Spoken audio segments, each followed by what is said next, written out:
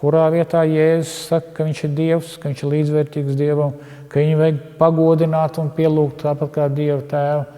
Jāņa evaņģēlijas 5. nodaļa, 19 līdz 29.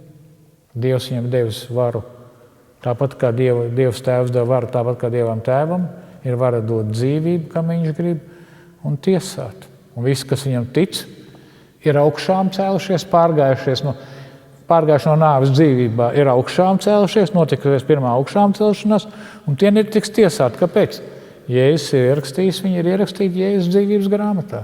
Jūs esat Jēzus dzīvības grāmatā. Lai šī ticība jums palīdz grūtībās, pārbaudījumos, tad, kad jūs esat pārkrituši, vai tad, kad jums vajag iedrošināt, ka jūsu kungs, ka jūsu glābējs ir visuvarenais Dievs, caur ko visums tika radīts un caur ko baznīca tiek radīta, un kas arī tiesās. Amen.